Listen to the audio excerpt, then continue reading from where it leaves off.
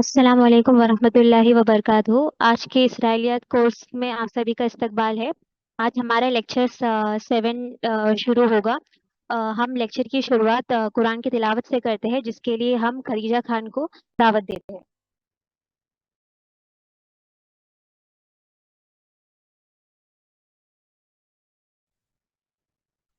السلام علیکم ورحمۃ اللہ وبرکاتہ۔ اعوذ باللہ من الشیطان الرجیم، بسم اللہ الرحمن الرحیم۔ وواعدنا موسى 30 ليلة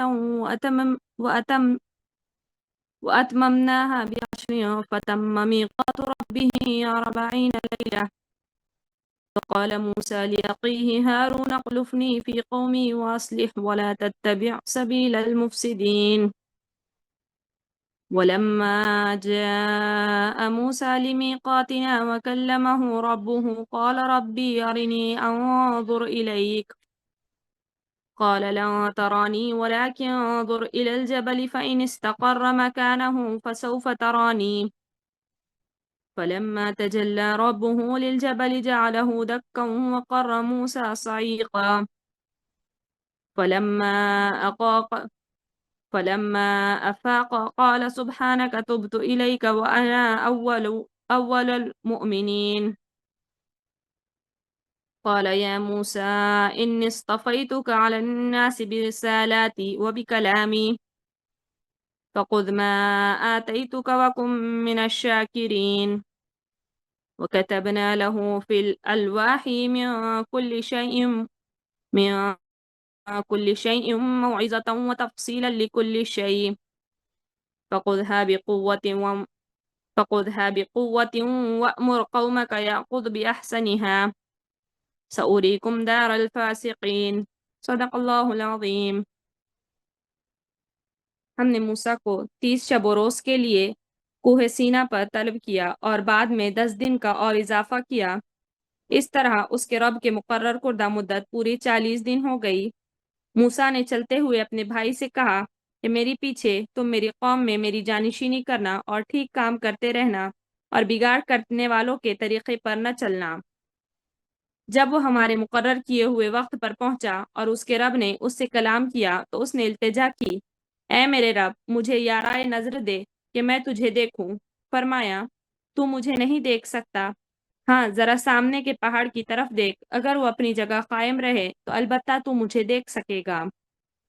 چنانچہ اس کے رب نے جب پہاڑ پر تجلی کی تو اسے ریزہ ریزہ کر دیا اور موسیٰ غش کھا کر گر پڑا۔ جب ہوش آیا تو بولا، پاک ہے تیری ذات، میں تیرے حضور توبہ کرتا ہوں اور سب سے پہلے ایمان لانے والا میں ہوں۔ فرمایا، اے موسیٰ علیہ السلام، میں نے تمام لوگوں پر ترجیح دے کر تجھے منتخب کیا، میری پیغمبری کرے اور مجھ سے ہم کلام ہو، پس جو کچھ میں تجھے دوں اسے لے اور شکر بجا لا۔ اس کے بعد ہم نے موسیٰ کو ہر شعبے زندگی کے متعلق نصیحت اور ہر پہلو کے متعلق واضح ہدایت تختیوں پر لکھ کر دی۔ اس سے کہا، ان ہدایت کو مضبوط ہاتھوں سے سنبھال اور اپنی قوم کو حکم دے کہ ان کے بہتر مفہوم کی پیروی کرے، ان قریب میں تمہیں فاسقوں کے گھر دکھاؤں گا۔ جزاک جزاکم اللہ خیرن سسٹر خدیجہ آپ کی قرآن تلاوت کے لیے۔ اب ہم لیکچر کو شروع کرتے ہیں، جس کے لیے ہم ہمارے استاد ڈاکٹر شاداب موسیٰ کو لیکچر کا آغاز کرنے کی ریکویسٹ کرتے ہیں۔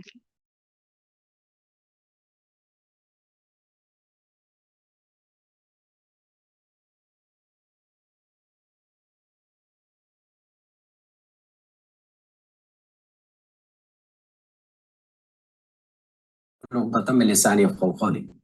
تو اسٹوڈنٹس، استقبال ہے آپ تمام کا ہماری آج کی کلاس میں، لیکچر نمبر 7 میں، اور ہمارا یہ جو کورس چل رہا ہے اس کا one of the very important lectures ہم کہہ سکتے ہیں کہ آج ہمارا ہونے والا ہے۔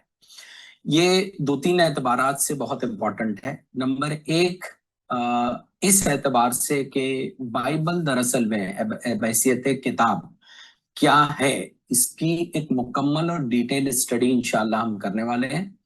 اسی کے ساتھ ساتھ ایک کمپیریٹیو انالیسس میں ہم کو یہ سمجھ میں آ جائے گا کہ آج جس چیز کو بائبل کہا جاتا ہے या जिस चीज को यहूदी स्क्रिप्चर्स कहा जाता है और कुरान, हदीस वगैरह, इनके दरमियान में बुनियादी फर्क क्या है। जब कुरान मजीद तहरीफ की बात करता है, कुरान मजीद इस पैगाम को गुम कर देने की बात करता है, तो दोनों के अंदर कौन सी चीजें आती हैं, उसकी एक बेसिक स्क्रिप्चर लेवल की अंडरस्टैंडिंग इंशाल्लाह आज हम देखेंगे कि कैसे ये स्क्रिप्चर वजूद में आया, इसकी क्या चीजें हैं, कौन सी किताबें हैं, वो कैसे इम्पैक्ट डालती हैं और जुडाइज्म की समझ पर उसका क्या इम्पैक्ट आता है। तो देखिए, सबसे पहली बात जिसको हम बारहा रिपीट करते चले आए हैं, वो अब हमारे लिए नई नहीं है, वो ये है कि डेवलपमेंट ऑफ बाइबल दरअसल में एक कॉम्प्लेक्स प्रोसेस से हुई है, जहां पे मल्टीपल ऑथर्स हैं जिन्होंने इसको लिखा, उसके बाद उसके हिस्टोरिकल कॉन्टेक्स्ट है और फाइनली उसके कुछ थियोलॉजिकल रिफ्लेक्शंस हैं, यानी कि अल्टीमेटली उसका असर जो है वो अकायद पर आया है। ये तीनों भी चीजों को हम, यानी जो चीजें हम समझने वाले हैं आज के, उसको दो बड़े हिस्सों में हम बांटते हैं।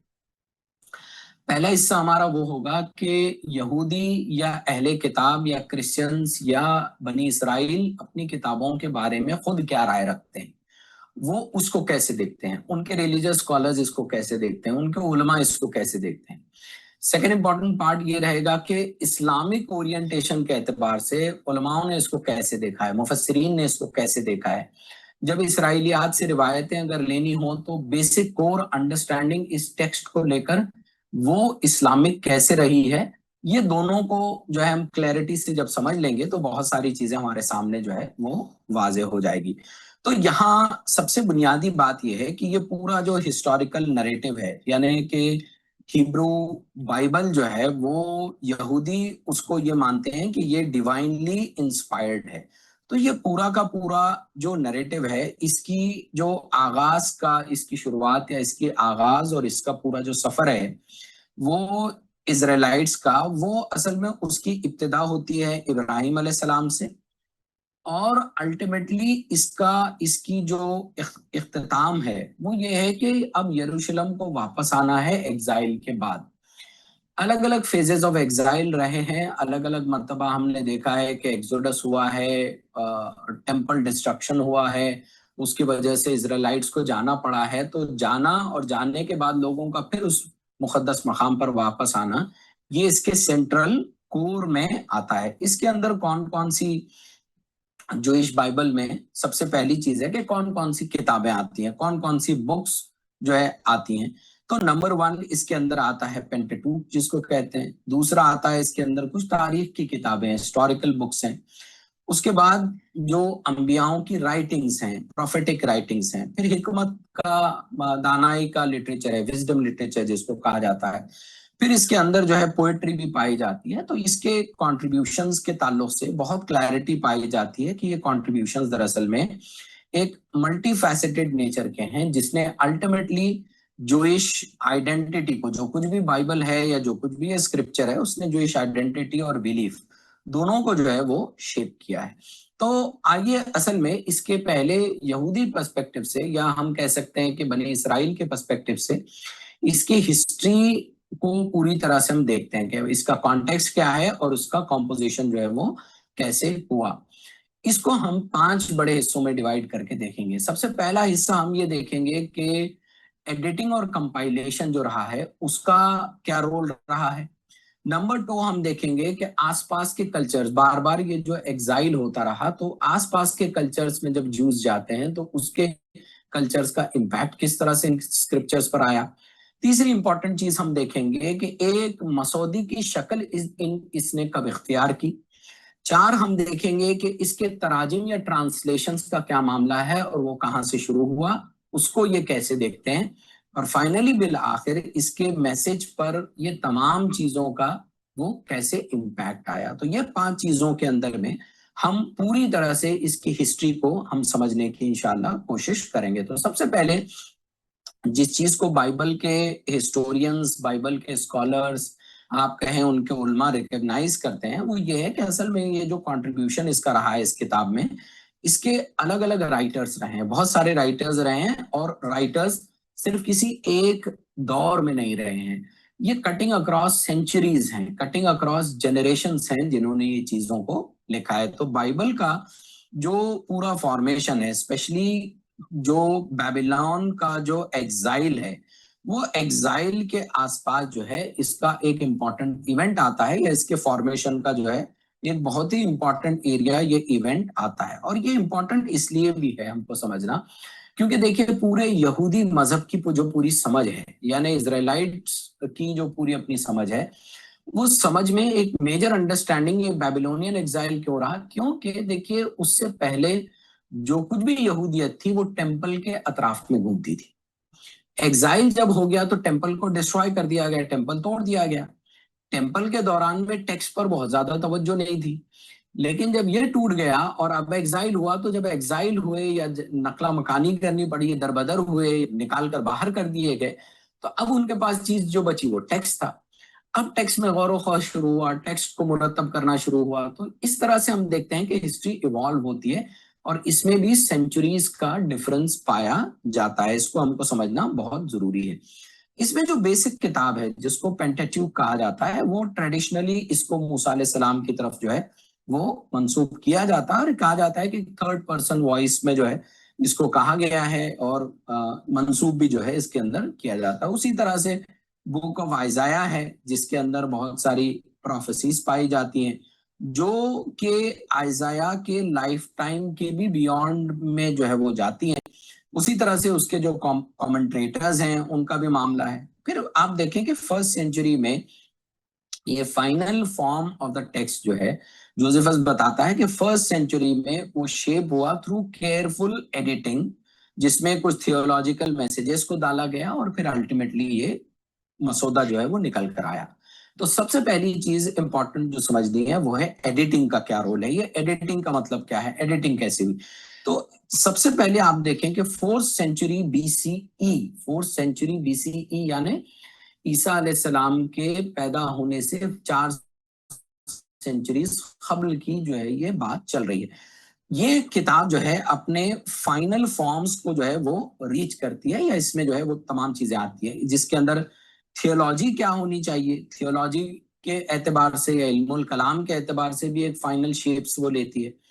उसके बाद कुछ ऐसे मसौदे मिलते हैं जिनको इसके अंदर बहुत खदीम माना जाता है, बहुत अथॉरिटेटिव माना जाता है। उसके अराउंड भी बहुत सारी डिस्कशन है, जैसे डेड सी के स्क्रोल्स हैं जो कुमरान में जो है वो मिले हैं। इनको कहा जाता है कि ये जो है वो सेक्रेड हैं और लेट 2nd सेंचुरी बीसीई के हैं, जिससे इसका एक स्ट्रॉन्ग कॉन्टेक्स्ट भी मिलता है कि बहुत ही मुकद्दस और फाइनल शेप में इस दौर में जो है ये पहुंची है।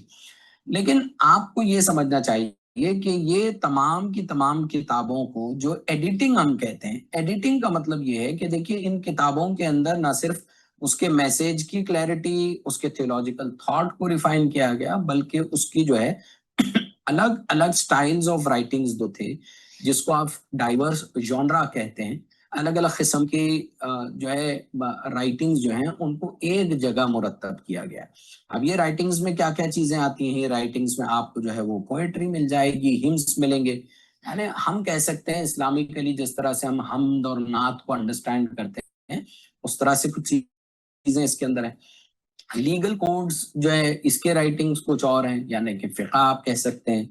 प्रोफेटिक ओरेकल्स यानी कि पेशन गोइयां मुस्तकबिल की क्या है, वो एक लिटरेचर का एक पार्ट है कि अंबियाई पेशन गोइयां और उनसे मुताल्लिक क्या मामला है। तो आप देखें इस तरह की अलग अलग चीजों को over a large period of time, over a vast stretch of time जो सेंचुरीज में स्पैन करता है, उसको एक जगह लाकर जो है मुरतब किया गया, जिसकी वजह से फिर फाइनल हम देखते हैं कि एक कलेक्शन आया जो एक होमोजेनस वर्क नहीं है, बल्कि एक कंपाइलेशन है जिसमें अलग अलग अंदाज पाए जाते हैं, अलग अलग पर्सपेक्टिव पाए जाते हैं। इवन बुनियादी अकायद से मुताल्लिक भी पर्सपेक्टिव बहुत से चेंज है। दूसरी इंपॉर्टेंट चीज जो इसमें हमको समझनी है वो सराउंडिंग कल्चर्स का क्या इम्पैक्ट रहा है। उसमें भी जो 2 इंपॉर्टेंट कल्चर्स हैं, 2-3 इंपॉर्टेंट कल्चर्स हैं। मेसोपोटामिया का जो कल्चर है, यानी कि असीरिया और बेबीलोन में जो एग्जाइल हुआ उस जगह का कल्चर, इजिप्ट का कल्चर, आप हेलेनिस्टिक कल्चर जो है आप कहते हैं, वो एक कल्चर है जिसका के इम्पोर्टेंट इम्पैक्ट है उसके अंदर आया। तो ये मेसोपोटामिया का जो कल्चर है, वहां के कल्चरल रिवायात में एक स्टोरी बहुत कॉमन है, वो कहते हैं वो फ्लड स्टोरी है, यानी नूह السلام کے طوفان نوح کی سٹوری ہے. ظاہر ہے ہم اسلامکلی اس کو کیسے دیکھتے ہیں, کیونکہ نوح علیہ السلام ایک نبی تھے اور انبیاء جو ہے تسلسل میں آتے ہیں, تو یہ دراصل میں کسی اور جگہ کے کلچرل امپیکٹ کے اندر سے لی ہوئی تحریف نہیں ہے, بلکہ ایک تسلسل ہے, اور ایک تسلسل سے واقعہ اس نبی کے دور میں بھی آیا, اس زمانے میں بھی آیا اور اس زمانے میں بھی آیا. اس وجہ سے دونوں کتابوں میں پایا جاتا ہے, اس وجہ سے قرآن مجید میں بھی پایا جاتا ہے. لیکن ان کا پرسپیکٹو یہ ہے کہ یہ اصل میں میسوپوٹامیہ گئے تو وہاں کے کلچر سے کچھ چیزیں لے لی, یہاں گئے تو وہاں کے کلچر سے کچھ چیزیں لے لی, اور اس طرح سے الگ الگ کلچرز کے ایڈیشن ہے. لیکن جو امپورٹنٹ چیز یہاں سمجھنے کی ہے وہ ہسٹوریکل ایونٹ سے زیادہ یہاں سب سے امپورٹنٹ اہمیت ہے تھیولوجیکل پرسپیکٹیوز کی, کہ توحید پر اس کا کیا امپیکٹ آیا کلچرز کا. یعنی آپ نے شرک کے تعلیمات یا مشرکانہ تعلیمات میں سے کون سی ایسی چیزیں گھڑ لی اور لے لی اور پھر اس کو توحید کی تعلیمات میں جو ہے وہ ضم کر دیا. یہ بڑی تحریف ہے, یہ امپورٹنٹ تحریف ہے, اس کو جو ہے وہ تحریف کہا جاتا ہے. تو آپ دیکھیں اسی طرح سے وہ کہتے ہیں کہ کوڈ آف ہمورابی جو ہے وہاں کے کلچرل ملیو کا پارٹ ہے. اسی طرح سے ایجپٹ میں جب آپ چلے جاتے ہیں, جب ان کا ایجپٹ میں ایگزائل ہوا تو ایجپٹ میں یہ انفلوئنس جو ہے وہاں کے کلچر سے, تو پوری ایگزوڈس یا خروج کی جو سٹوری ہے, فرعون سے نجات کی جو پورا واقعہ ہے, وہ وہاں کے کلچر کا امپیکٹ ہے. اس طرح سے وہ دیتے ہیں. لیکن سب سے امپورٹنٹ چیز جو ہمارے نزدیک ہے وہ یہ ہے کہ اصل میں جو مونوتھیسٹک بلیف ہے, توحید کی جو تعلیمات ان کتابوں میں تھی, اس کے اوپر جو ہے پالیتھیسٹک اثرات یعنی مشرکانہ اثرات جو ہے اس پر کیسے آئے, اور کیسے یہ بائبل کے اندر تحریف کی شکل جو ہے انہوں نے اختیار کی کہ توحید کو انہوں نے پوری طرح سے جو ہے وہ گڑبڑا دیا. تو یہاں پر جو ہے یہ کلیئر ڈسٹنکشن ہے جو ہم کرتے ہیں. تیسرا امپورٹنٹ زون ہے کہ اب یہ پوری الگ الگ کتابیں, الگ الگ اسٹائلز, الگ الگ دور میں لکھی ہوئی, الگ الگ لوگوں نے لکھی ہوئی, الگ الگ اعتبار سے ایڈٹ کی ہوئی, اب یہ پوری سب کے سب لا کر ایک جگہ ایک مسودے میں ڈالی گئی, جس کو کہا جاتا ہے emergence of a single canon. ظاہر ہے کہ آپ دیکھیں اسکرپچر, تورا, بائبل, کینن, یہ الگ الگ الفاظ ہیں جو کتاب کے لیے استعمال ہو رہے ہیں. انشاءاللہ ڈیٹیل میں جب جائیں گے ہم تو اس کی بھی ٹائمولوجی یعنی کہ اس کے اساسیات ان الفاظ کی کیا ہے اس کو بھی انشاءاللہ ہم سمجھنے کی کوشش کریں گے. تو یہاں پر جو کینونائزیشن کا جو پورا پروسیس ہے وہ اصل میں ہیبرو بائبل کا ایک گریجول ریکگنیشن ہے کہ الگ الگ جو ٹیکسٹ ہیں ان میں سے کچھ ٹیکسٹ ایسے ہیں جو کہ اتھارٹیٹیو حیثیت رکھتے ہیں, جو کہ بڑی اساسی حیثیت رکھتے ہیں, جو کہ حجت کی حیثیت رکھتے ہیں. وہ ایسے ہیں جو بہت ہی ایسے ٹیکسٹ ہیں جو آپ کہیں کہ قابل اعتماد ہیں, مستند جو ہے وہ ٹیکسٹ ہیں, اور انہی ٹیکسٹ سے لے کر الگ الگ قسم کا جو ہے وہ لٹریچر نکلتا ہے, بنتا ہے, جس کے الگ الگ نام ہیں. جیسے کہ سب سے پہلے آپ دیکھیں کہ یہ تناخ جو ہے, تناخ کیا ہے؟ تناخ ایک ایکرونیم ہے جو تورا کے لیے استعمال ہوتی ہے. اس کے بعد نیوییم ہے, پروفٹس. اس کے بعد میں کیٹوویم ہے یعنی کہ رائٹنگز. اس کے بعد میں یہ تین جو میجر ڈویژنز ہیں, اصل تو یہ جو سب چیزوں کو جو ہے ایک مسودے میں جو ہے وہ لا لینا, وہ اصل میں تین میجر کیٹیگریز میں کیا گیا ہے, جس کو ہم کہتے ہیں تناخ, نیوییم اور کیٹوویم. اور کچھ ٹیکسٹ ایسے تھے جن کو کہ اس میں سے ایکسکلوڈ کیا گیا, جیسے کہ بک آف ایناک, اس کو جو ہے ایکسکلوڈ کیا گیا. تو یہ ایکسکلوژن کا کرائٹیریا کیسے بنا, انکلوژن کا کرائٹیریا کیسے بنا, کس نے جو ہے اس کے اوپر کلام کیا, تو یہ پوری اپنی اس کی اپنی ایک تفصیل ہے کہ جو کور تھیولوجیکل ٹیننٹس ہیں جوڈائزم کے, ان کو جو ہے اس کے اندر انکلوڈ جو ہے وہ کیا گیا, وہ کور ٹیننٹ جو الائن کرتے ہیں. اور ان پر کام کس نے کیا؟ ان پر کام دو مذہبی ریلیجیس لیڈرشپ نے کیا. ایک کو تنائیم کہتے ہیں اور دوسروں کو جو ہے وہ ربینک اتھارٹیز کہا جاتا ہے. تنائیم کون تھے؟ تنائیم دراصل میں یہودی فقہا اور محدثین کا ابتدائی طبقہ, ان کو تنائیم کہا جاتا ہے. تنائیم کا کام کیا تھا؟ وہ دراصل میں یہودی علماء جنہوں نے تقریباً پہلے سے دوسری صدی عیسوی کے درمیان میں زبانی روایات اور مذہبی تعلیمات کو محفوظ اور مرتب کیا, جو بعد میں کیا بنی, جو بعد میں بنیاد بنی ایک امپورٹنٹ ٹیکسٹ کی جس کو مشنا کہا جاتا ہے. اب دیکھیں یہ تورا کے بعد, نیوییم کے بعد, کیٹوویم کے بعد ایک اور نام آ رہا ہے مشنا. تو آپ یہ اس کے بعد ایک اور نام آئے گا سیپٹیوجنٹ.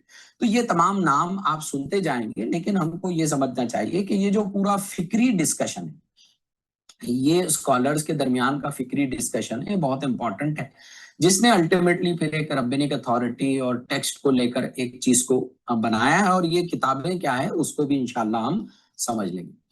اب آئیے نیکسٹ والے پارٹ پر کہ جب ہم اس کی ہسٹری کو بائبل کی دیکھتے ہیں تو اس میں جو ٹرانسلیشنز ہے اس کا کیا امپورٹنٹ رول ہے. تو دیکھیں سب سے امپورٹنٹ چیز یہاں جو بات ہم کو سمجھنی ہے وہ یہ ہے کہ جو اوریجنل بائبل ہے یا اوریجنل ٹیکسٹ ہے، اوریجنل ٹیکسٹ کی ایک اوریجنل لینگویج ہے، ایک اوریجنل ٹیکسٹ کی ایک اوریجنل لینگویج ہے، لیکن بعد کے ادوار میں یہ اوریجنل لینگویج جو ہے وہ کھو گئی، یہ اوریجنل لینگویج جو ہے وہ رواج میں نہیں رہی، یہ اوریجنل لینگویج کی ٹیکسٹ جو ہے وہ پوری طرح سے لاس ہو گئی. تو آپ دیکھیں کہ بعد کے ادوار میں پھر نیو لینگویجز میں جو ہے یہ اس کے ٹرانسلیشنز آئے، اور over a period of time 3 major زبانوں کا جو ہم کو تذکرہ ملے گا، وہ تینوں کو ہم سمجھیں گے. ایک اس کے اندر ارمائک ہے، دوسری اس کے اندر ہیبرو ہے، اور تیسری آپ یہ کہہ سکتے ہیں کہ اس کے اندر کوئنے گریک ہے، یعنی گریک لینگویج ہے. تو یہ 3 امپورٹنٹ لینگویجز ہیں جس کے اندر یہ ٹیکسٹ پایا جاتا ہے. اب اسلامکلی ہم جانتے ہیں کہ قرآن حدیث تمام کا تمام جو کارپس ہے وہ پورا کا پورا ایک ہی زبان میں ہے، عربی زبان میں. لیکن آپ دیکھیں کہ یہ جو پورا ٹیکسٹ ہے یہ ملٹیپل لینگویجز میں ہے.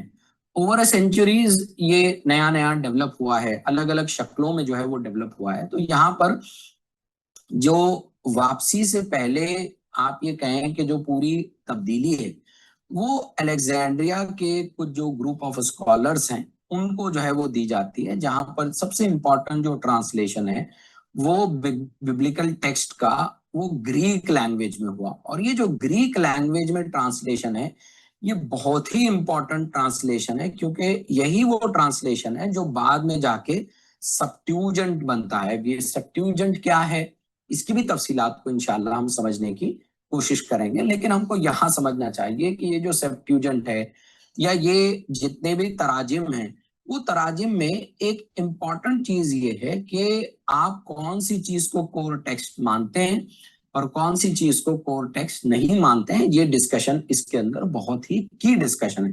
تو یہ سیپٹیوجنٹ جو آیا ہے، یعنی کہ یہ جو ٹرانسلیشن ہوا ہے اس کتاب کو سیپٹیوجنٹ کہا جاتا ہے. سیپٹیوجنٹ جو ہے اس کے اندر ان کے اتھارٹیز میں ہمیشہ یہ ٹینشنز رہے ہیں کہ یہ ٹرانسلیشن کو کیا مانا جائے، اس کے اتھارٹی کو کتنا الہی مانا جائے، اس میں سے کتنی چیزوں کو وہی مانا جائے اور اس کو ہیومن آتھرشپ جو ہے وہ مانا جائے. تو یہاں پر ایک اہم نام آتا ہے فائلو آف الیگزینڈریا کا نام آتا ہے. فائلو آف الیگزینڈریا، الیگزینڈریا ہم جانتے ہیں ایجپٹ میں ہے، ایجپٹ کا ایک شہر ہے الیگزینڈریا. اس کے مطابق جو ہے یہ پورا کا پورا ایک ڈیوائن انسپریشن ہے، یہ یعنی خدا کی طرف سے ایک وحی کی شکل میں آیا ہے، اور یہ وحی کی شکل میں ترجمہ بھی آیا ہے. یعنی کہ ترجمہ جو اسکالرز نے ضرور کیا ہے لیکن it was under divine inspiration, یعنی کہ اس کے اندر الہی جو ہے وہ پیغام موجود ہے، اور یہ پورا کا پورا الہی اس کی حیثیت رکھتا ہے. لیکن جو بعد کی جوئش کمیونٹیز ہیں وہ اس ہیبرو ٹیکسٹ کو جو ہے وہ ڈیفینیٹو مانتے ہیں، اور یہیں سے پھر جو ہے ایک امپورٹنٹ ڈائیورجنس اس کے اندر آتا ہے کہ کیسے یہ اسکرپچر کو آپ انڈرسٹینڈ کریں گے. ہیبرو کو ڈیفینیٹو مانا جائے گا یا گریک کو ڈیفینیٹو مانا جائے گا، ترجمے کو ڈیفینیٹو مانا جائے گا، یا کون سی چیز کو ڈیفینیٹو مانا جائے گا. اور یہی ڈیفرنس جو ہے جوز اور کرسچنز کے درمیان ہے، وہ کہ بہت مائنر کوئی لنگوسٹک یا اس طرح سے زبان کا کوئی ڈفرنس ہم کو لگتا ہے، لیکن یہ بہت میجر ڈفرنس ہے. اور میجر ڈفرنس اس اعتبار سے کہ دیکھیے جب آپ کسی کتاب کے اندر موجود ٹیکسٹ کو ڈیوائن نہیں مانتے، مطلب یہ ترجمہ ہے اور یہ ترجمہ کسی انسان نے کیا ہے، یعنی کہ آپ کے پاس اب اوریجنل ٹیکسٹ تو موجود ہے ہی نہیں، نہ ہیبرو اوریجنل ہے نہ گریک اوریجنل ہے. اب اوریجنل موجود نہیں ہے، اب آپ یہ کہتے ہیں کہ بھئی یہ جو فلاں زبان سے اب یہ نئی زبان میں آیا ہے، یہ ٹیکسٹ ایک ہیومن کریشن ہے. تو اب آپ کو یہ ٹیکسٹ پر کلام کرنے کی سپیس موجود ہو جاتی ہے. یعنی آپ نیک نیتی سے یا بد نیتی سے دونوں اعتبار سے اس ٹیکسٹ کو بدل سکتے ہیں. جب آپ اس کو بدل دیتے ہیں یا آپ اس کو چینج کر دیتے ہیں تو کیا ہو جاتا ہے؟ کتاب میں تحریف ہو جاتی ہے. اسلامکلی ہم دیکھیں، ہم تشبیہ لے کر انالوجی کے طور پر سمجھ سکتے ہیں کہ دیکھیں قرآن ہے، ہمارے پاس دوسری حدیث ہے. ہم جانتے ہیں کہ قرآن بھی وہی ہے، حدیث بھی وہی ہے، لیکن حدیث یہ ہے کہ وہ اللہ کے رسول صلی اللہ علیہ وسلم کے ارشادات ہیں، وہ ڈائریکٹ اللہ کا کلام نہیں ہے. رائٹ؟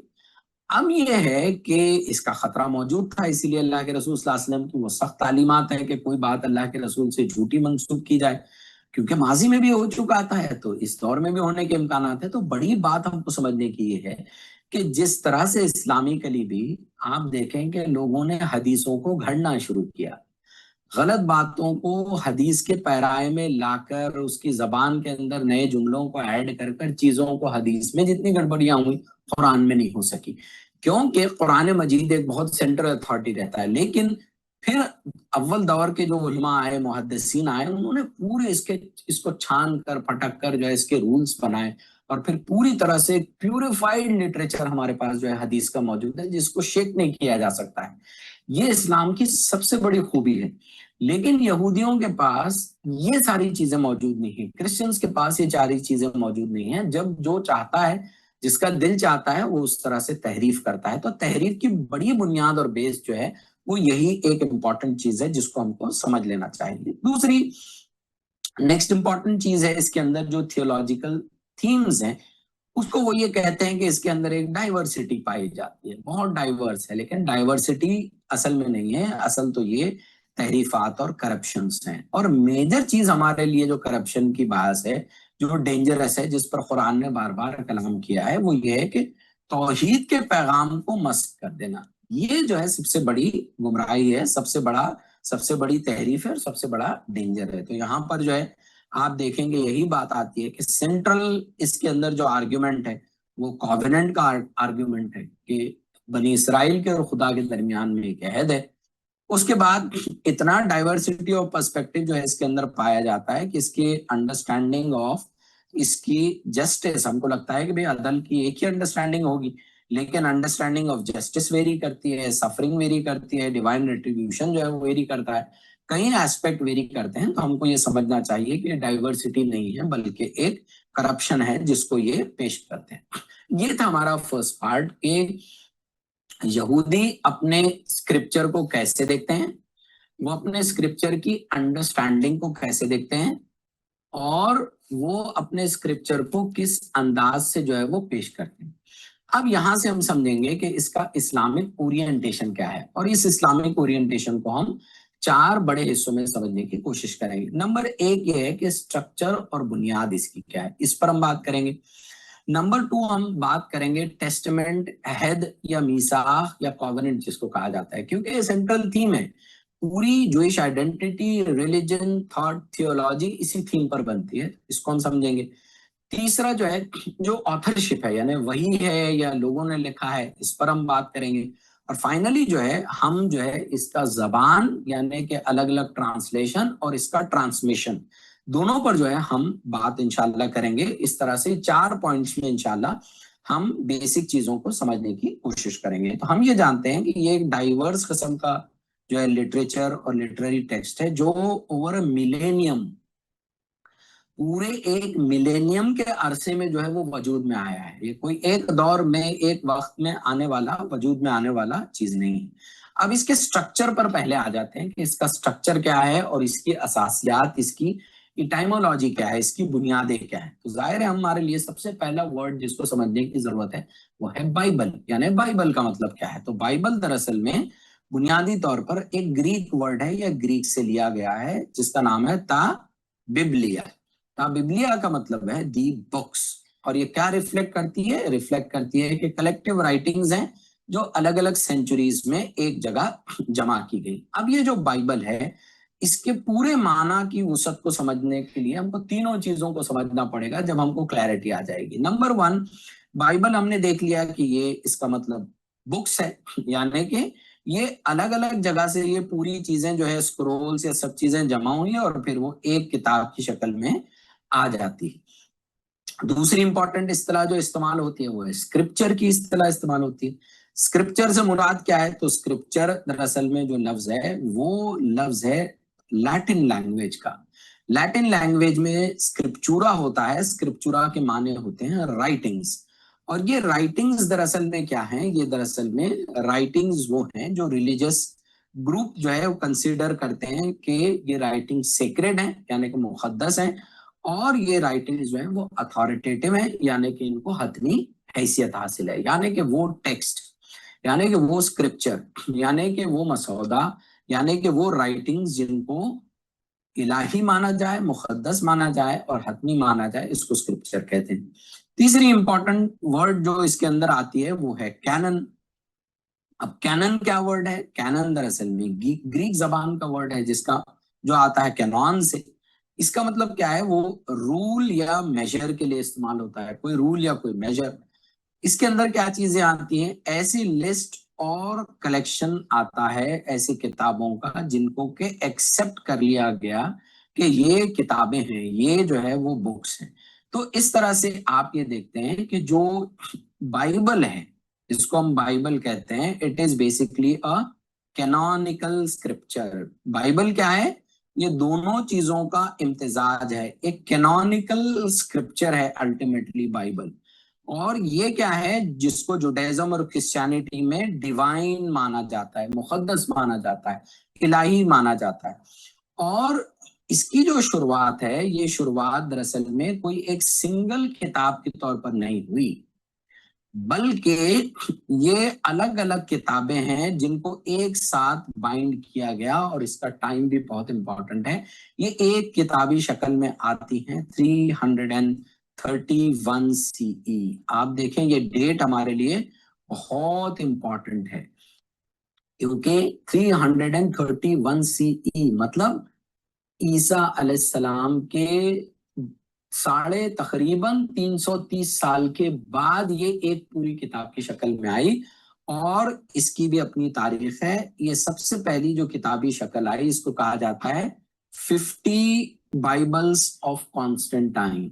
अब ये 50 बाइबल्स ऑफ कॉन्स्टेंटाइन क्या हैं, उनकी तफसीलात क्या हैं, वो एक मुख्तलिफ जो है वो मौजू है। तो यहाँ हमको समझना पड़ेगा कि कुरान के एतबार से ये डिफरेंट ना है। कुरान दरअसल में अल्लाह के रसूल सल्लल्लाहु अलैहि वसल्लम को सिर्फ महज 23 साल में जो है नाजिल हुआ, एज अ सिंगल सोर्स से नाजिल हुआ, सिंगल किताब की शक्ल में नाजिल हुआ।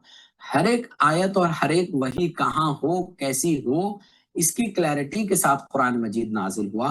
और अल्टीमेटली आप देखें कि जो बाइबल है, ये बाइबल दरअसल में वो एक सिंगल वॉल्यूम में ऑलमोस्ट ईसा अलैहिस्सलाम के 330 साल के बाद वजूद में आती है। ये एक बहुत बड़ा डिफरेंस है जिसको हमको समझ लेना चाहिए। अब आइए इस बाइबल को यहूदी क्या कहते हैं, या जूस के अंदर वो जो स्क्रिप्चर मानी जाती है, स्क्रिप्चर कही जाती है, ये स्क्रिप्चर की डिटेल्स को भी समझ लेते हैं। तो जूस मानते हैं कि ये जो स्क्रिप्चर है उसको वो तनाख कहते हैं। तनाख दरअसल में एक्रोनिम है। एक्रोनिम 3 चीजों का है। तनाख दरअसल में, इसकी जबान को भी समझना बहुत इंपॉर्टेंट है कि ये दरअसल में written primarily in Hebrew with some passages in Aramaic, यानी इसके अंदर 2 जबानें पाई जाती हैं, हिब्रू भी पाई जाती है और अरमैइक भी पाई जाती है, और इसको एक एक्रोनिम से जाना जाता है जिसको तनाख कहा जाता है, जिसमें 3 पार्ट हैं इसके स्ट्रक्चर के। और वो 3 पार्ट क्या क्या है? और ये 3 पार्ट दरअसल में है तोरा, नेवियीम और केटुवीम। अब ये तोरा, नेवियीम, केटुवीम ये क्या है? तो हमको ये समझना चाहिए कि स्ट्रक्चर जो है ऑलरेडी स्टैब्लिश हो चुका था, 3 पार्ट में स्ट्रक्चर 2nd सेंचुरी BCE में, यानी कि ईसा अलैहिस्सलाम के आने से 2 सेंचुरी कबल जो है ये 3 पार्ट का स्ट्रक्चर जो है क्लैरिटी से वो बन चुका था। इसी किताब को, इसी तनाख को यहूदी एक और नाम से भी जानते हैं, इसको मिकरा भी कहा जाता है, इसको मिकरा भी कहा जाता है। तनाख क्या है? तनाख के अंदर 3 चीजें हैं। नंबर 1 तोरा, यानी कि तौरात जिसके अंदर लॉ है, या आप कह सकते हैं फिक़ह है। नेवियीम जिसके अंदर अंबियाओं के चीजें हैं। उसके बाद केटुवीम जिसके अंदर जो है वो राइटिंग्स है। अब आइए तोरा वाले पार्ट पे, इसको थोड़ा सा ब्रेक डाउन करते हैं और इसको ब्रेक डाउन करके समझते हैं। तोरा का मतलब क्या होता है? तोरा का मतलब होता है इंस्ट्रक्शन या टीचिंग। और ये इंस्ट्रक्शन या टीचिंग में ये तौरात के अंदर या तोरा के अंदर 5 बुक्स हैं। कितनी बुक्स हैं? 5 बुक्स हैं। ये 5 किताबें हैं जो मिलाकर, जो मूसा अलैहिस्सलाम को दी गई थी उनके मुताबिक, जिनको मिलाकर जो है वो तौरात बनती है। ये 5 किताबें तौरा के अंदर क्या है? नंबर 1 ये तौरा है, और ये तौरा के अंदर की 5 किताबें हैं। वो 5 किताबें क्या हैं? Book of genesis, book of exodus, Leviticus, numbers और ड्यूटेरोनॉमी। ये तमाम के तमाम तौरा है। दूसरी इंपॉर्टेंट किताब क्या है? वो है नवीयीम। तो नवीयीम क्या है? तो आप देखें कि यहाँ ये नवीयीम है। ये नवीयीम के अंदर क्या आता है? नवीयीम के अंदर आप आते हैं वो प्रॉफिट्स हैं, यानी कि फॉर्मर प्रॉफिट्स हैं, जैसे कि जोशुआ हैं, जजेस हैं, सैमुअल हैं, किंग्स हैं। बाद के अंबिया हैं, प्रॉफिट्स हैं, जैसे आइजाया है, जेरेमिया है, एजिकील है, द 12 है, ये तमाम आते हैं। और आखिरी जो राइटिंग का पार्ट है वो है कैटुवीम, यानी कि 3 पार्ट जो ये तनाख के हैं, तोरा, नवीयीम और कैटुवीम। तो कैटुवीम के अंदर क्या आता है? अब यही कैटुवीम के अंदर जो चीजें आती हैं वो आती हैं पोएटिक बुक्स आती हैं, यानी कि हमद, नात, इस तरह की चीजें हैं, जिसमें साल्म्स है, प्रोवर्ब्स है, जॉब है, फेस्टिवल के स्क्रोल्स हैं, यानी कि सॉन्ग्स हैं, रुत हैं। उसके बाद इसके अलावा भी कुछ चीजें पाई जाती हैं। तो इस तरह से एकेडमिक स्टडी के लिए ये डिविजन्स जो है वो होते हैं, और ये डिविजन्स एकेडमिक स्टडी के लिए एतबार से बहुत अच्छे हैं।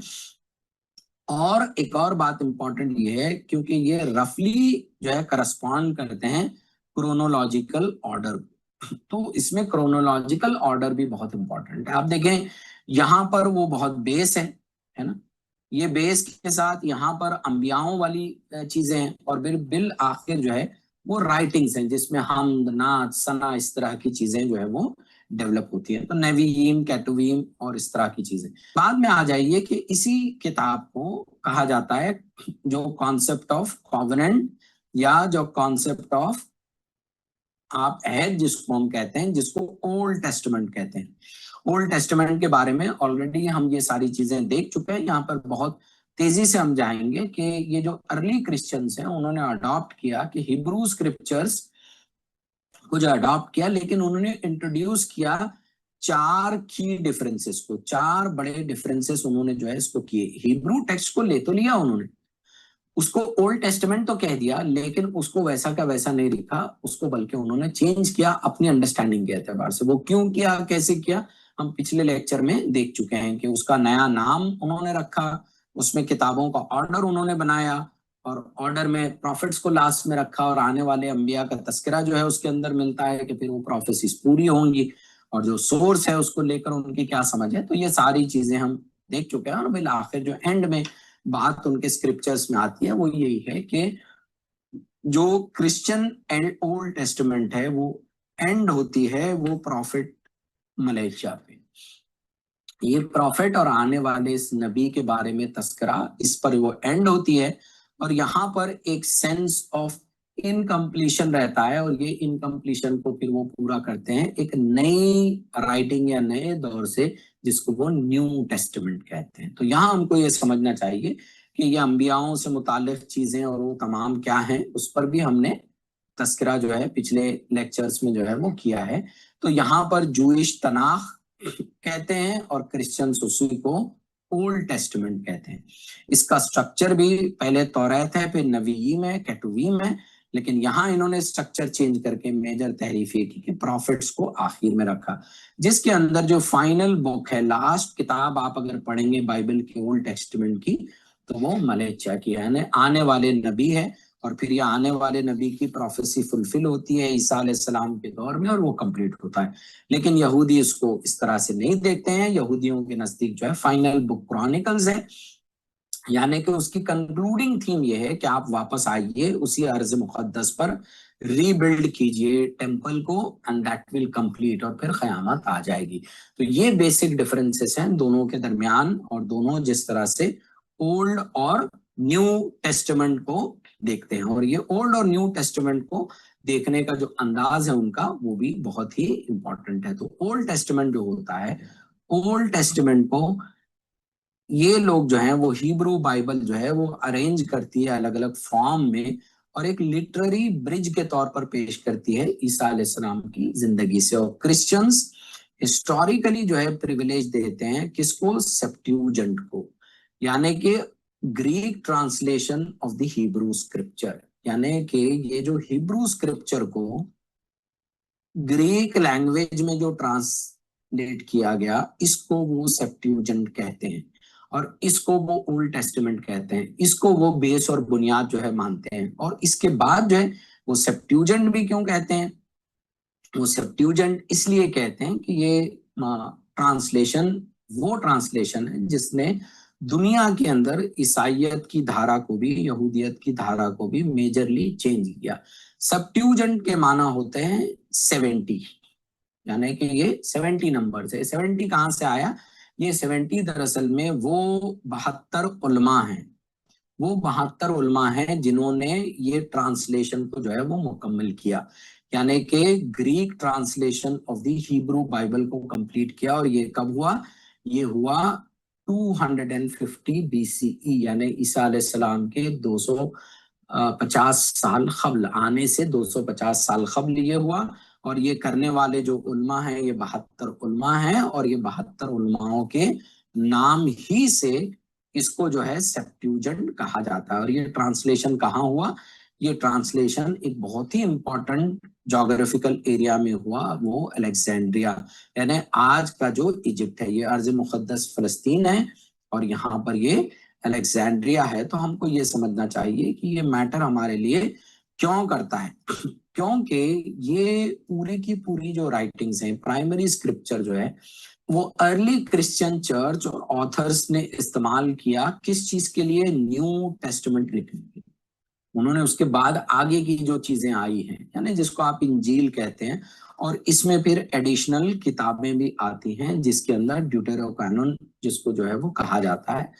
और इसके अंदर वाइड स्प्रेड जो है हेलेनिस्टिक कल्चर के असरात भी जो है हमको मिलते हैं। तो यहाँ पर ये ओल्ड टेस्टामेंट और न्यू टेस्टामेंट जो है उसको हमको समझ लेना बहुत जरूरी है। तो ये न्यू टेस्टामेंट जो है उसके अंदर 27 किताबें हैं जो बुनियादी तौर पर ग्रीक जबान में लिखी गई। और ये ग्रीक जबान में लिखे जाने वाली किताबें अब एक नया कॉन्ट्रैक्ट, एक नया अहद या न्यू टेस्टामेंट को बयान करती हैं। तो न्यू कॉवेनेंट क्या है, न्यू टेस्टामेंट क्या है और उसकी किताबें कौन कौन सी है? तो उसको 4 बड़े कैटेगरीज में, क्रिश्चियन बाइबल को 27 बुक्स को 4 बड़े बड़े इसमें बांटा जाता है।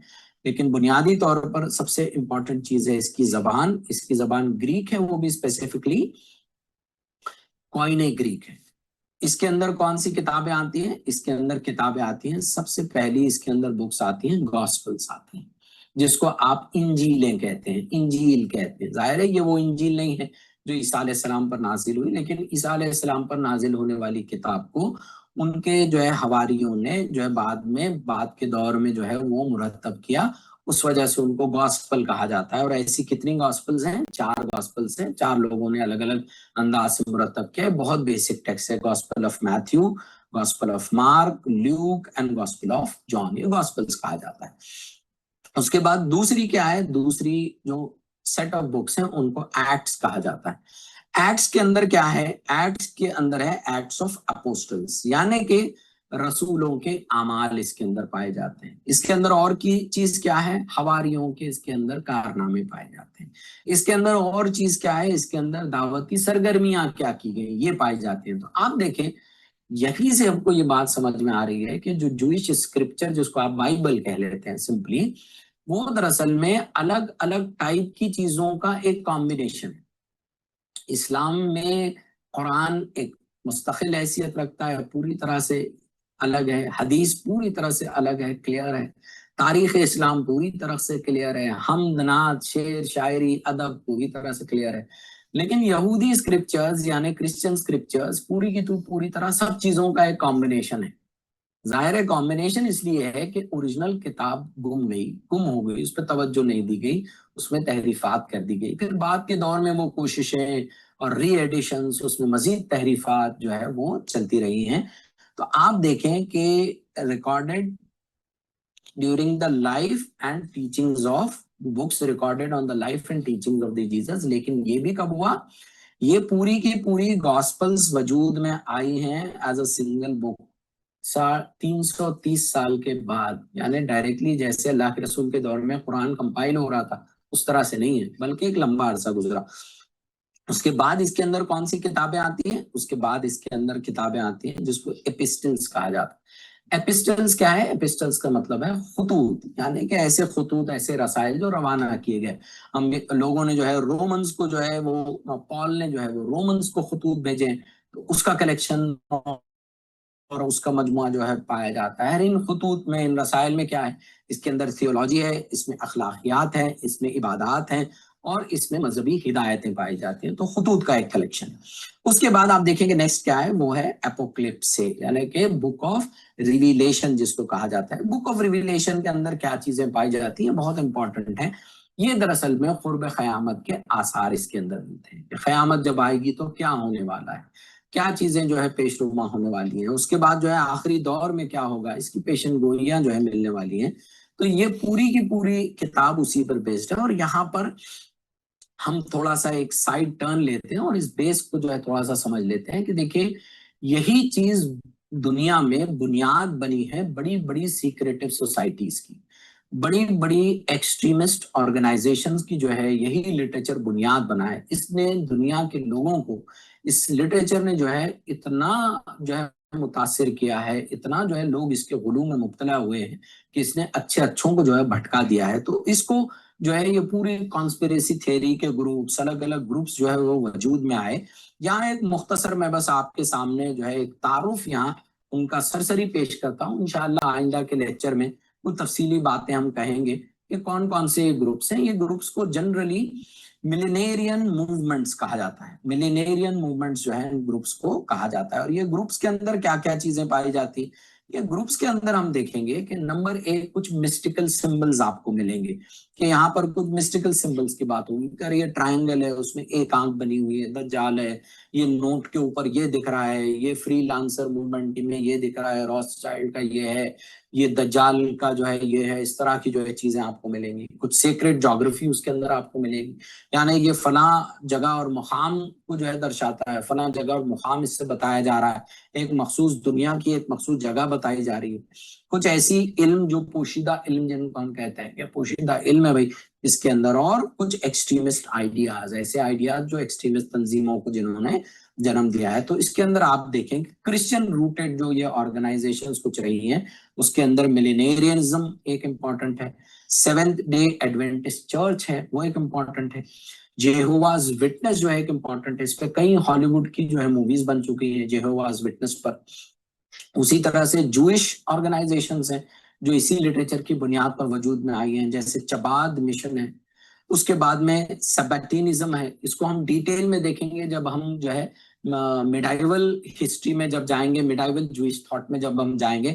سباٹی زیوی نام کا جو ہے ایک پروفٹ ابھرا تھا اور وہ بہت زبردست ایک داستان ہے، اس کو ہم جو ہے لیٹر لیکچرز میں انشاءاللہ ڈسکس کریں گے. اسی طرح سے ہاسیڈک جوڈائزم اس کے اندر ہے. لیکن دو امپورٹنٹ جو ہمارے لیے ہیں وہ ہے ریلیجیس زائنزم، اسی طرح کی تنظیم ہے جو نکلی ہے اس طرح کے آرگنائزر. اور ٹیمپل موومنٹ ہے کہ یہ جو ٹیمپل جو ٹوٹ گیا ہے، یہ جو سلیمان علیہ السلام نے بنایا ہوا ٹیمپل آف سولومن ہے، اس کو جو ہے اب ری بلڈ کرنا ہے. سیکنڈ ٹیمپل ڈسٹرکشن کے بعد اب یہ بلڈ نہیں ہو سکا.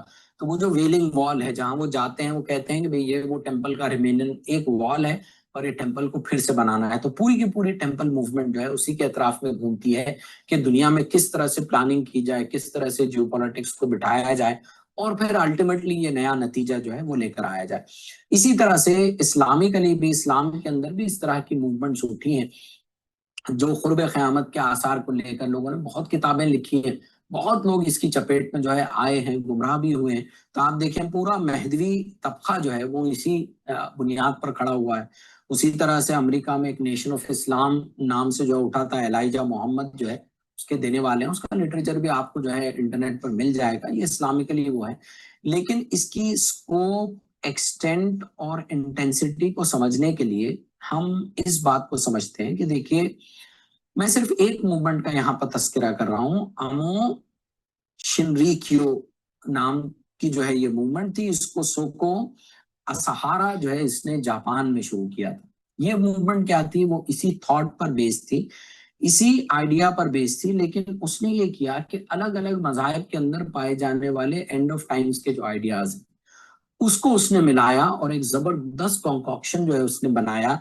बुद्धिज्म के अंदर जो आइडियाज इस तरह के उसको उसने लिया, हिंदुइज्म के अंदर के आइडियाज को उसने लिया, एपोक्रिप्टिकल क्रिश्चियनिटी के अंदर जो जो खुर्ब क़यामत के आसार है उसको लिया और उसने एक जबरदस्त जो है कॉन्कॉक्शन बनाकर फिर फाइनली और अल्टीमेटली जो है इसको बनाया और ये मूवमेंट जो है वो चली। यहाँ हमको समझना चाहिए कि देखिए इसकी कितनी जबरदस्त जो है इसकी स्केल है, कि यहाँ भी हमारे मुल्क में भी हम जानते हैं कि बहुत सारी ऐसी तंजीमें हैं जो सीक्रेट सोसाइटीज हैं, इस तरह के बिलीफ सिस्टम्स पाए जाते हैं कि कल जब क़यामत का या आखिरी दौर आएगा तो कौन सा अवतार आएगा, कैसा कलयुग आएगा, और उससे रिलेटेड स्टोरीज हैं जो आज के दौर में आप देखें कि नई नई नॉवेल्स की शक्ल में लिखी जा रही हैं, नए नए अंदाज से बच्चों के लिए लिखी जा रही हैं, और इस तरह की चीजों को जो है बच्चों के अंदर जो है वो डालने की एक जबरदस्त जो है वो पूरी कोशिश जो है वो की जा रही है।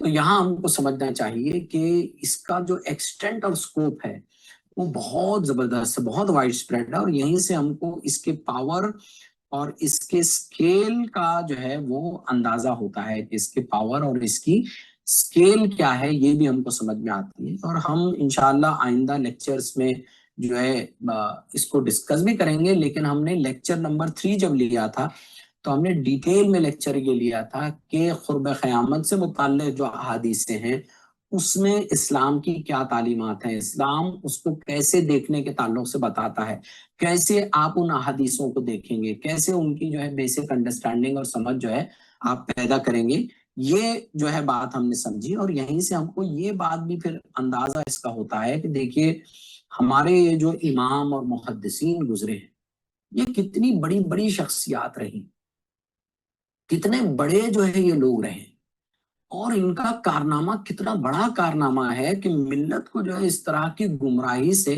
क़यामत तक के लिए उन्होंने महफूज कर लिया। जो लिटरेचर बनाया, उस पर जो रूल्स लिखे, उस पर जो तशरीहात लिखी हैं, कैसी गैर मामूली जो है वो फ्रेम्स हैं, उन्होंने कैसा उसको देखने का एक मुकम्मल हमको जाविया दिया है, कैसे उसके फ्रेम्स हमको दिए हैं कि ये लिटरेचर को उन फ्रेम्स से जो है वो हम देखें। तो ये जो इस्लाम के सितारे ये तमाम लोग हैं वो यूं ही इस्लाम के सितारे नहीं हैं।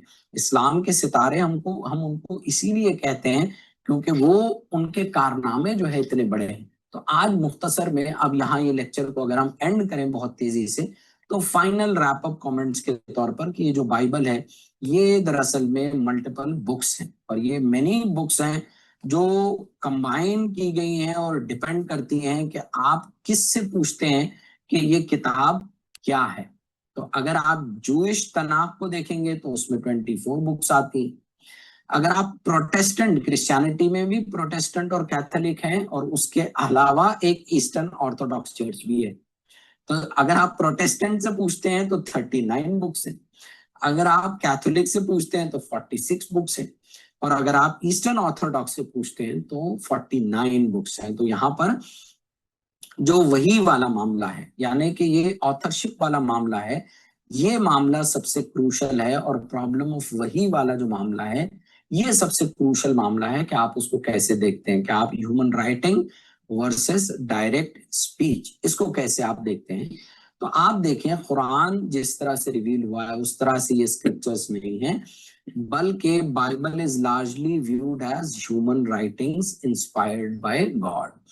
उसके बाद इसकी डॉक्यूमेंट्री हाइपोथेसिस में अगर इल्मी तौर पर जाएं तो डॉक्यूमेंट्री हाइपोथेसिस में कि ये कहाँ से इसके सोर्स लिए गए, कहाँ से इसकी स्कॉलरशिप जो है वो आई है, उसके प्रिंसिपल सोर्स क्या है। तो स्कॉलर्स ने इस पर बहुत काम किया है, जूइश स्कॉलर्स, बाइबल के स्कॉलर्स ने, और इन्होंने पेंटाट्यूक को जो है जो बेसिक टेक्स्ट माना जाता है उसके सोर्सेस को 4 बड़ी कैटेगरीज में जो है डिवाइड किया है।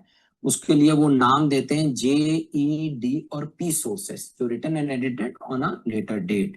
तो आप देखेंगे तमाम के तमाम 10 सेंचुरी से 5th सेंचुरी BCE के दरमियान में हुई हैं اور उसके बाद जो पोटेंशियल रेमिनेंट है, यानी इसके बाद जो लिटरेचर फिर बच जाता है, इसके बाद जो लिटरेचर बाकी रह जाता है, वो बाकी रहने वाले लिटरेचर के बारे में क्या पर्सपेक्टिव पाया जाता है वो भी यहाँ पर हमको मिलता है। उसमें भी जो प्रोफेटिक राइटिंग्स हैं, जैसे कि नवीयीम है, यानी कि नवीयीम यानी कि राइटिंग्स, यानी कि साल्म्स ऑफ डेविड है, वो असल में ईसा अलैहिस्सलाम की सेइंग्स हैं, वो कहते हैं। तो इस तरह से अलग अलग सोर्स हैं। तो यहाँ हमको समझना चाहिए कि वेस्टर्न स्कॉलर्स ने इस बात को हिस्टोरिकली एनालाइज और फाइनल किया है कि तौरात जो है, यानी कि पहली 5 किताबें बाइबल की जो है वो कोई एक सिंगल सोर्स से नहीं आई हैं, बल्कि मल्टीपल सोर्सेस से हैं।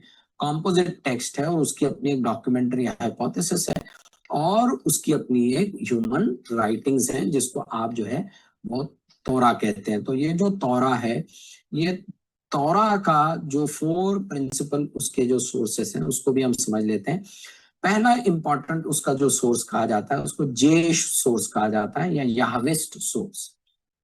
जे सोर्स कहां से आया? ये साउथ किंगडम ऑफ जूडा से आया। हमने देखा था कि फलस्तीन 2 हिस्सों में बढ़ गया, कि नॉर्थ का इजराइल और साउथ का जूडा। तो जूडा से आने वाला सोर्स है। यहाँ खुदा के लिए एक खास नाम इस्तेमाल होता है, बड़ा मुकद्दस नाम, याहवे उसको कहा जाता है। तो ये सोर्स को जो है जे सोर्स कहा जाता है। दूसरा जो इंपॉर्टेंट सोर्स है वो ई सोर्स है, उसको इलोहिस्ट सोर्स कहते हैं। ये आता है नॉर्दर्न किंगडम ऑफ इजराइल से और इसके अंदर खुदा के लिए एलोहीम का लफ्ज जो है इस्तेमाल होता है। उसके अलावा जो है वो डी सोर्स है, यानी ड्यूटेरोनॉमिकल सोर्सेस है। उसके अलावा पी सोर्स है, यानी कि प्रोफेटिक सोर्सेस है। और लैंग्वेज के बारे में भी हमने देखा है कि 3 मेजर लैंग्वेजेस के बारे में यहाँ पर चीजें आती है। हिब्रू है, अरमैक है जो लिंग्वा फ्रैंका रही है नियर ईस्ट की, और स्पोकन लैंग्वेज यानी कि ईसा अलैहिस्सलाम के दौर में बोलने वाली जाने वाली जबान जो है वो ये अरमैक थी। और फाइनली जो इम्पोर्टेंट जबान है वो एक और जबान कोइने ग्रीक है। और इसकी जो टेक्सचुअल रिलायबिलिटी है कि रिलाय करें नहीं करें, उसके लिए आसार कदीमा में उनके पास जो टेक्स्ट मिले हैं, डेड सी स्क्रॉल्स है, मिजोराटिक टेक्स्ट है, लेनिनग्राड कोडेक्स है, इनकी अपनी अपनी तारीख है। और ये इतनी तारीख में और इतनी तफसील में हमको जाने की जरूरत नहीं है, लेकिन हमको ये समझ में आता है कि जो हिब्रू बाइबल है उसकी शुरुआत एक लैंग्वेज से होती है, फिर अरमैक या लिंग्वा फ्रैंका जो ईसा अलैहिस्सलाम के दौर की जबान है उसमें आती है, और फाइनली फिर ग्रीक में ट्रांसलेशन होता है। यहूदियों के नजदीक ये इम्पोर्टेंट जो है ट्रांसफॉर्मेशन है, जिसमें जिसने लिटरेचर को फैलाया, ये लिटरेचर को पूरी दुनिया में पहुंचाया, और ये पूरी तरह से जो है अलग अलग हिस्सों में दुनिया के पहुंचा है। तो यहाँ पर नाम एक है लेकिन मल्टीपल ट्रेडिशन से आने वाली चीजें हैं। जैसे नाम जूस में तनाख है और क्रिश्चियंस में बाइबल है। इसके पार्ट्स 3 है तनाख के, तौरा, नवीम और केटुवीम। लेकिन बाइबल के 2 पार्ट हैं, ओल्ड टेस्टामेंट और न्यू टेस्टामेंट। उसके बाद में जो फर्स्ट पार्ट है वो कंप्लीट है और अपने आप में एकता है। ओल्ड टेस्टामेंट है वो प्रीडेटरी है, यानी कि पुराना उसको माना जाता है, और वो सारी तफसीलात जो है जो हमने पहले से देख रखी है उसी को जो है यहाँ पर समाप्त किया गया है। तो फाइनली हम ये देखते हैं कि पूरी बाइबल की जो तारीख है वो तारीख दरअसल में एक सिंगल किताब से ये पूरी की पूरी एक लिविंग लाइब्रेरी की शक्ल इसने आज इख्तियार की है। तो जो बाइबल है, जब हम बाइबल कहते हैं तो हमको ये समझना चाहिए कि बाइबल दरअसल में एक डिस्टिंक्ट स्टोरीज है उसके अंदर। उसका स्ट्रक्चर जो है मुख्तलिफ है, उसके ट्रेडिशंस जो है मुख्तलिफ हैं, जिनको ओवर मिलेनियम जो है वो कंपाइल हुए हैं, जो आए हैं। तो एक सिंगल किताब नहीं है बल्कि पूरी डाइवर्स लाइब्रेरी है जिसको एक कैनन में जो है वो कर दिया गया है। तो ये असल में बाइबल की पूरी तारीख है, उसके टेक्स्ट की तारीफ है और उसके पीछे की पूरी बुनियादें। इंशाल्लाह ये तहरीफात क्या क्या है, कुरान उस पर कमेंट कैसा करता है, तो आइंदा आने वाले लेक्चर्स में जब हम जाएंगे तो एक एक आयत के जरिए अलग अलग दौर में क्या तहरीफ हुई और कुरान ने किस पर कहाँ क्या कमेंट किया, उसको इंशाल्लाह हम तफसील से समझने की इंशाल्लाह कोशिश करेंगे। तो यहाँ आज के इस लेक्चर को हम खत्म करते हैं। वक़ूलु क़ौली हाज़ा अस्तग़फ़िरुल्लाह व लकुम, जज़ाकुमुल्लाहु खैर, अस्सलामु अलैकुम व रहमतुल्लाहि व बरकातहू।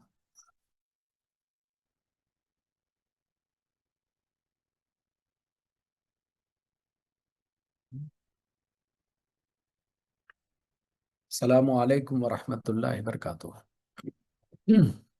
تو آج کا ہمارا لیکچر تفصیل سے بھی تھا، اور کیونکہ بائبل کی اور جو بھی تاریخ ہے اس کو ہم سمجھ بھی رہے تھے، تو اسی کو جو ہے ہم نے لیا ہے۔ تھوڑا اسکالرلی نوعیت کا بھی تھا، کیونکہ ظاہر ہے موضوع ایسا ہے کہ اس پہ اس سطح کی جب تک ڈسکشن یا گفتگو نہیں ہو تو ہم کو چیزیں سمجھ میں نہیں آتی ہیں۔ تو انشاءاللہ سوالات کے لیے موقع رہے گا۔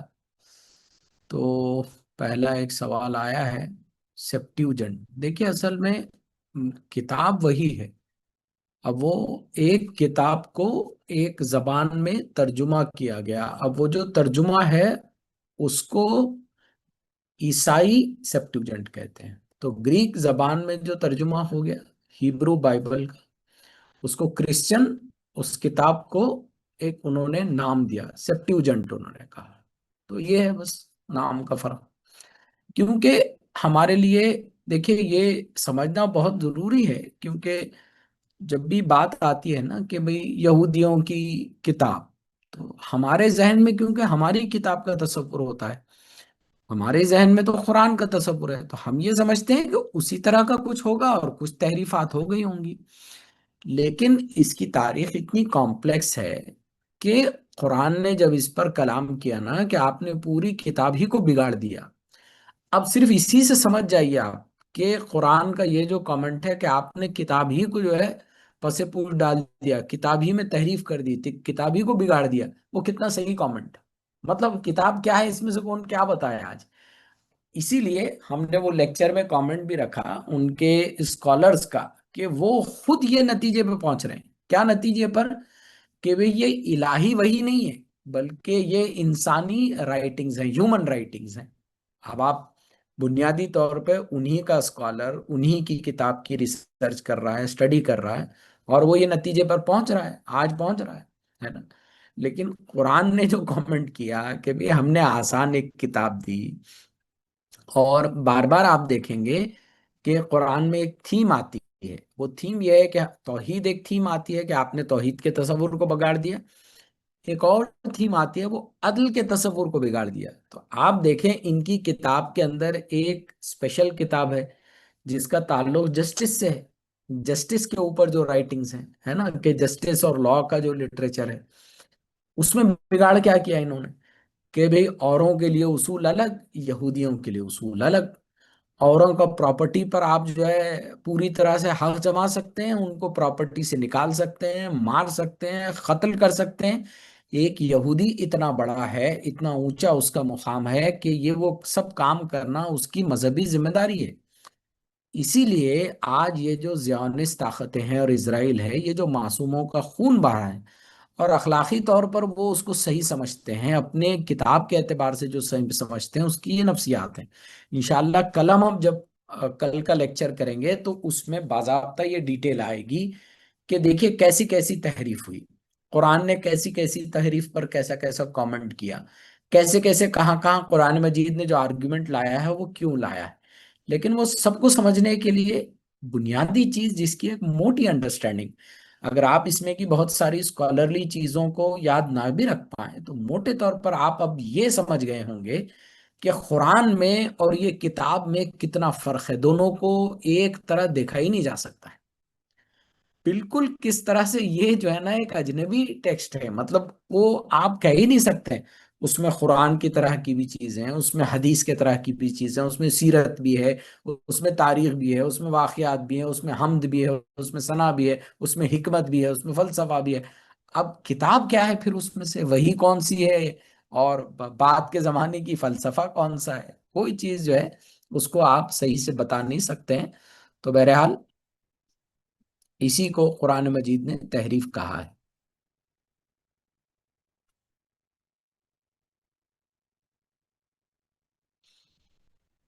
جی